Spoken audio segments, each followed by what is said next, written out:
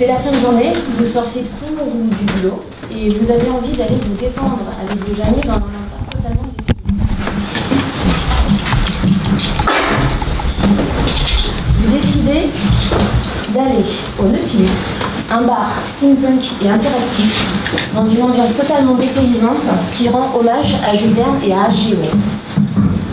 Depuis votre smartphone et depuis l'application du bar, vous commandez votre cocktail et vous pouvez admirer un barman en train de préparer votre cocktail, de faire valser les bouteilles et de mettre le feu à votre boisson dans un tube à essai. Assis confortablement dans un fauteuil capitonné, vous sortez à nouveau votre smartphone et vous décidez de voter pour la prochaine chanson qui va passer. Afin d'immortaliser la soirée, avec vos amis, vous rentrez dans un photobus rétro-futuriste et vous partagez la photo sur les écrans du bar et sur les réseaux sociaux. Derrière une vitre, vous pouvez admirer un autre client en train de se faire tatouer par une star internationale.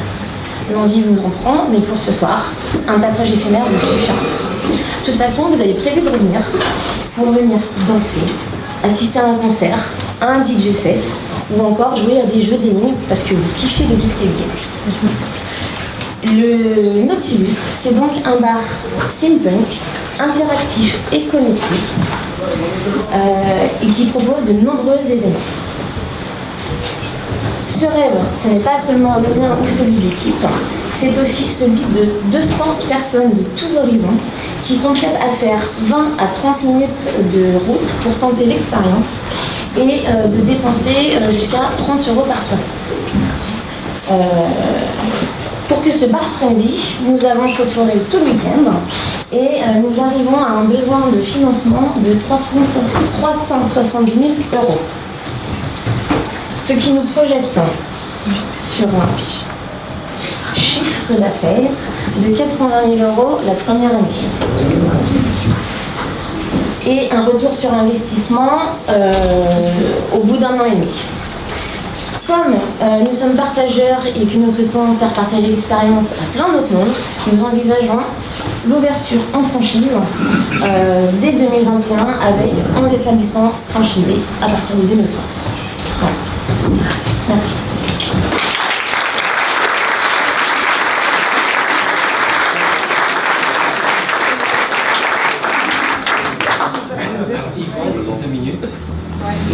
Il vous reste 2 minutes. Est-ce que vous voulez en profiter ou on passe aux questions du jury? Vous pouvez passer aux questions. On peut passer aux questions. Bien. Vous avez le site internet du bar qui passe sur le micro, s'il vous plaît. Ouais, mais le micro, pour qu'il marche bien, je vous propose de poser contre votre menton. Donc ça ira avec le problème. Bon, bravo, ça donne envie d'aller au Nautilus, vraiment.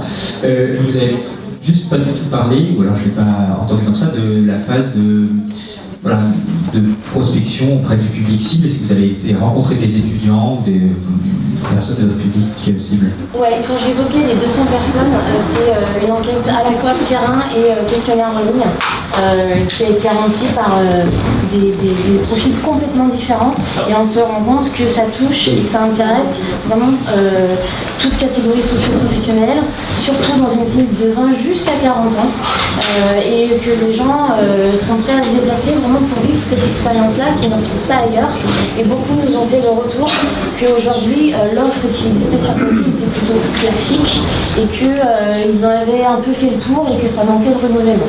Voilà. Et donc le concept les a vraiment intéressés, ils ont besoin d'originalité, d'authenticité. C'est le décor qui les intéresse, c'est la musique qui les intéresse et les événements qui se passent dedans. J'ai bien compris en effet l'immersion dans l'univers de Jules Verne. C'est quoi la promesse émotionnelle de ce qu'on va y déguster ou en tout cas partager ces moments? Alors, l'idée c'est d'avoir des cocktails super originaux qu'on ne trouve pas forcément justement dans l'offre locale. En lien avec l'univers de Jules Verne? Ouais, avec des noms en lien avec, alors plutôt l'univers steampunk en général, pas que Jules Verne, le Nautilus, parce que voilà, et puis les noms des cocktails aussi dans la même ambiance, la mise en scène vraiment autour de la préparation des cocktails, Et puis sur le côté connecté entre les gens, c'est aussi d'avoir une appli et de pouvoir avoir son profil dessus, pouvoir parler à d'autres gens. On a même envisagé que les clients puissent avoir une espèce de fiche joueur avec des points d'XP en fonction de leur fréquentation, de ce qu'ils commandent, de ce qu'ils voient, etc. Et puis d'avoir dessus du blind test, du quiz, etc. Autre question par ici? Ce type de bar existe déjà ou pas? Alors, ce type de bar n'existe pas en France. On a trouvé un bar qui se dit steampunk dans un département de l'ex-région Poitou-Charentes pour avoir vu un peu les photos. C'est hyper prétentieux de se dire steampunk. Un comptoir déguisé. Il n'y a pas d'ambiance. Il y a un tuyau en cuivre qui passe un moment. Et d'où viennent ces images là? Alors, on a beaucoup de steampunk en Belgique, on a beaucoup d'images de bars en Roumanie, il y a de la communauté steampunk aussi en Angleterre, voilà. Mais en France, il y a vraiment rien. Et je peux rajouter en fait, il y a aussi un mix, c'est-à-dire qu'il y a le côté steampunk, mais il y a aussi le côté connecté. Alors des bars connectés, ça existe. Nous, on a essayé de capitaliser énormément de choses, qu'on trouve une partie dans un bar, une part... voilà, on a essayé de prendre pas mal de choses et de l'amener en plus dans l'univers steampunk pour avoir quelque chose d'immersif et de global en fait. Il existe des bars connectés, mais c'est souvent très très sobre. On est vraiment sur du simpliste. L'expérience est mise sur l'interactivité et pas sur les décors. Là, on mixe les deux.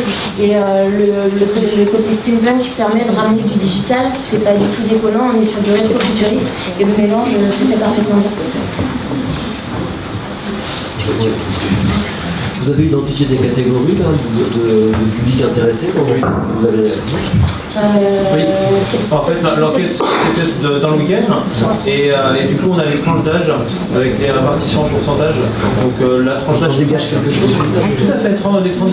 20-40. Et 20-40. Après, c'est principalement les employés et les étudiants. Ouais. Les employés sont assez différents. C'est-à-dire que c'est un public qui a déjà des moyens, on a vu qu'ils se disent prêts à dépenser 30 € et à se déplacer, qui sont prêts à faire 30 km. Donc on est sur des gens qui ont quand même un certain pouvoir d'achat aussi, qui sont prêts à mettre le prix pour vivre l'expérience globale. Sur la partie budget, 370 000 €, quand on connaît la précision des décors que ça nécessite et vraiment de l'occupation de l'espace, ça paraît pas beaucoup. Quelle est la taille d'un bar comme ça? Un chiffre, un seul chiffre. Et avec les indicatifs derrière, pour développer ça. La taille, 300 mètres carrés. 300 mètres carrés, merci beaucoup, on peut les applaudir.